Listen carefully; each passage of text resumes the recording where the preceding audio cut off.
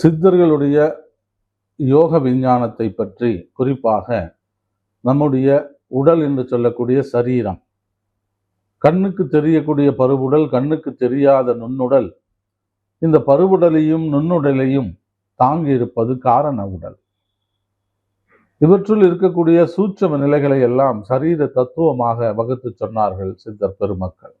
அந்த வகையில சரீர தத்துவம், உடல் தத்துவம் 96, அதே உடல் வாசல்கள் 9, ஆன்ம தத்துவம் 24, அதிலே பஞ்சபூதங்கள் 5, ஞானேந்திரியங்கள் என்று சொல்லக்கூடிய 5 நிலைகளை பற்றி நாம் தெரிந்து கொண்டோம்.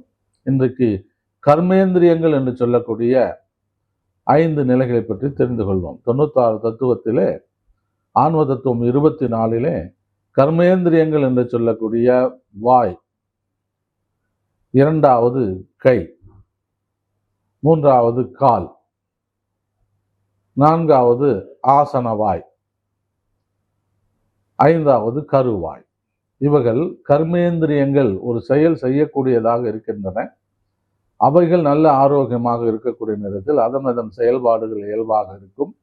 அதே நேரத்தில் யோக தத்துவத்திலே இந்த உறுப்புகள், உடலில் இருக்கக்கூடிய உறுப்புகள் நல்ல ஆரோக்கியமாக இருந்தால்தான், இந்த உடல் நல்ல ஆரோக்கியமாக இருந்தால்தான் ஒரு குறிப்பிட்ட மணி நேரம் நாம் ஆசனத்தில் அமர்ந்திருந்து நம்முடைய எண்ணத்தை, மனதை வாசியிலே நிறுத்தி அந்த தியானம் என்று சொல்லக்கூடிய அந்த நிலைக்கு செல்ல முடியும். ஆகவே அந்த தியானம் செய்யக்கூடிய நேரத்தில் இவைகளெல்லாம் நமக்கு ஒத்துழைப்பு செய்ய வேண்டும். நம்முடைய வாய், கை, கால், ஆசனவாய், கருவாய் இவைகள் கர்மேந்திரியங்களாக சொல்லப்பட்டு உள்ளது.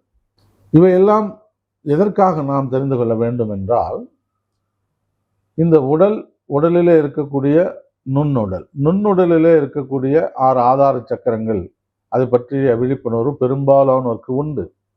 அதே நேரத்தில் உடலினுடைய ஒவ்வொரு உறுப்பும் நல்ல ஆரோக்கியமாக இருக்க வேண்டும். உடம்பார் அழியின் உயிரார் அழிவர்.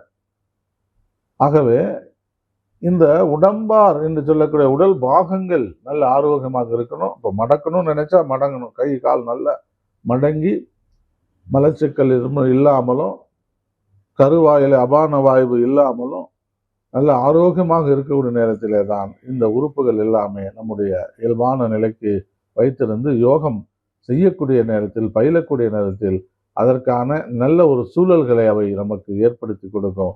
ஆகவே அவைகளை நல்ல ஆரோக்கியமாக வைத்துக் கொள்வோம்.